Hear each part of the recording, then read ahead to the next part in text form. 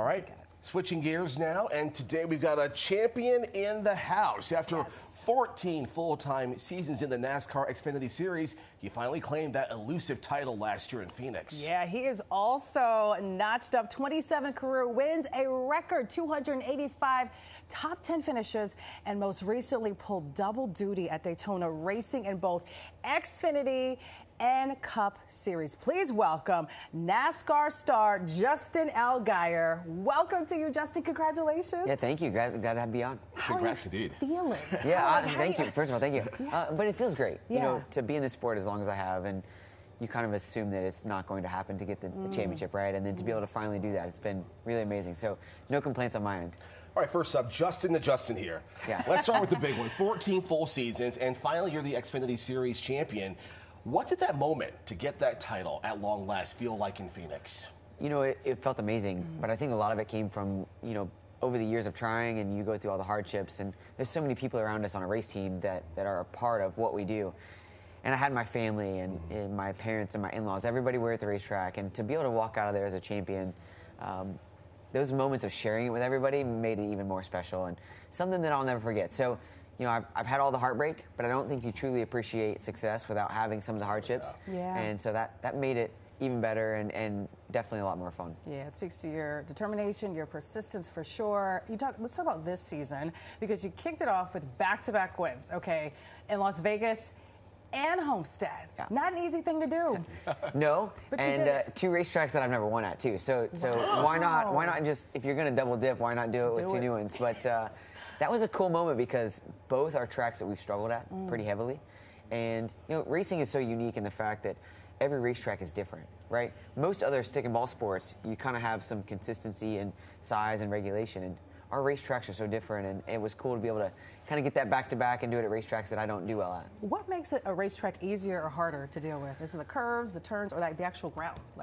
A little of all of that, Yeah. and I think some of it just comes down to what you're comfortable with, right? When you're going into the corner at 200 miles an hour, you want to make sure that your car is stuck to the racetrack, and some racetracks stick more, some racetracks stick less. Some have bigger, wider corners, and some have more narrow corners. So you're just kind of evolving with the way that the races play out. You're kind of evolving with it. But after driving in New York City, I'm pretty sure that anybody that's driving a cab right now can come do what we do, because they adapt pretty quickly. Formula One. You know, we're closing in on Daytona, the Xfinity Cup Series as well. So a massive weekend. Yeah. What goes into preparing for a series like that? Yeah, a lot. You know, when you're having 2 days back to back, you know, that's 800 miles of racing, right? But also, too, you know, just short of the physical side of it, there's a lot that goes into building the race cars. You know, that was the first time that our race team, Junior Motorsports, had been in the NASCAR Cup Series. You know, and our friends at Chevrolet, we were there, we were doing stuff with them, trying to make sure that we were prepared. The team was doing a lot of stuff behind the scenes to make sure that they were prepared with the cars. And when you have a boss like Dale Earnhardt Jr. that has been synonymous with the name NASCAR for the last 2 decades, you know, it was really important for me that when we show up at Daytona, that not only did we run good, but we do all the right things, and the program was amazing, and to be able to finish, you know, top 10 in the Daytona 500, do all the things we did, it was really special. Yeah, I know you got to prove a lot of things to yourself. Absolutely, in the process. yes, absolutely. Right, and even though you're like on cloud 1,000, there's nothing like a spouse that will just kind of ground you. I have one of those. You yes. have one of those. Your wife Ashley, who's phenomenal, she said you're now 0 again. Yeah. What did she mean by that? So after the championship last year, obviously you have all these highs and in the moments of winning a championship. And when we showed up for Daytona, she said, well, really after the end of the banquet, she said, you need to enjoy this now, because when you show up at Daytona, you're going to be a 0 again. Because at the end of the day, you're only as good as your last race. And so, you know, you have to come back and keep pressuring yourself, keep pushing yourself. And really in sports, I think as you get older, you have to reinvent yourself, because you're never as good as you were, right? As you get older, you're always losing a little bit, but you're gaining experience, right? So what you lose in physicality, you gain in experience. And merging that all together, I think sometimes is really hard. And we do that in life, right? As you get older, we lose the ability to do things, and you might pick up a new hobby or whatever it is, but you always have to find a way to reinvent yourself, because if you don't, you're just kind of moving back down the water, and you know. And acceptance is the first step in that. It is. Unfortunately, you're right. I know. So, okay, it's time for this game. A little game we have. It's called Off the Track. Okay. You ready? I'm ready. Let's do it. Let's do it. Okay. We even have good sound effects. All right, it might sound like racing, but this game is all about life away from the track. We're going to throw out some fun, everyday topics. And Justin, we want your honest take. The good, the bad, the ugly, the guilty, or surprising. First, your go-to comfort food after a tough weekend. For me, anything Mexican food related. I absolutely love Mexican food.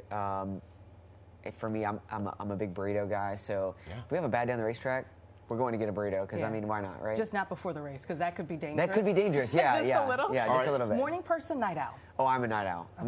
Morning and I do not mix. Caffeine is the only way that I survive in the morning. So just like fuel in the race car, better get some caffeine in the driver. Most used app on your phone that's not racing related.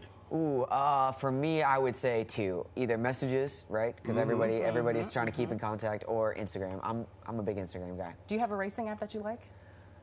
So we have some things that we do for racing that are kind of proprietary to the sport, I guess, if you will, but not really. It's kind of weird. We're so limited in what access we get that I don't really have a whole lot. I have apps where I can go back and kind of watch the races, and we can see they have like a GPS-based service where that we can watch the cars. Oh my gosh. So that's all stuff that I have on my phone. Like but inside baseball there. It is actually pretty cool. So it's really neat. It's a nice healthy break, you know? Yeah. All right, so Justin, thank you for joining us and also playing our game. Yeah, absolutely. Thank you guys very much for having me. Make sure you catch him, the number 7 Chevrolet in the NASCAR Xfinity Series this Saturday, live from Texas Motor Speedway right here on Pix 11. Justin, thank you so much. We'll be right back after the break.